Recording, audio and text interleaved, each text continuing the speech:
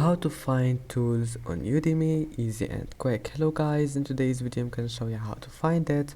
First open your browser and then just put your mouse on your profile here in the top corner and then click edit profile. Now just go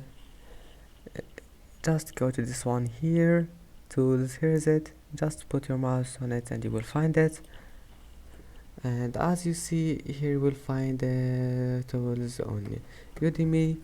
That's it. Now just select anything you want here: test video, marketplace, insights, and that's it.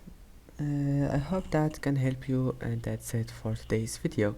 If you like this video, please don't forget to like and don't forget to subscribe, and thank you for watching this video until the end, and see you in the next video.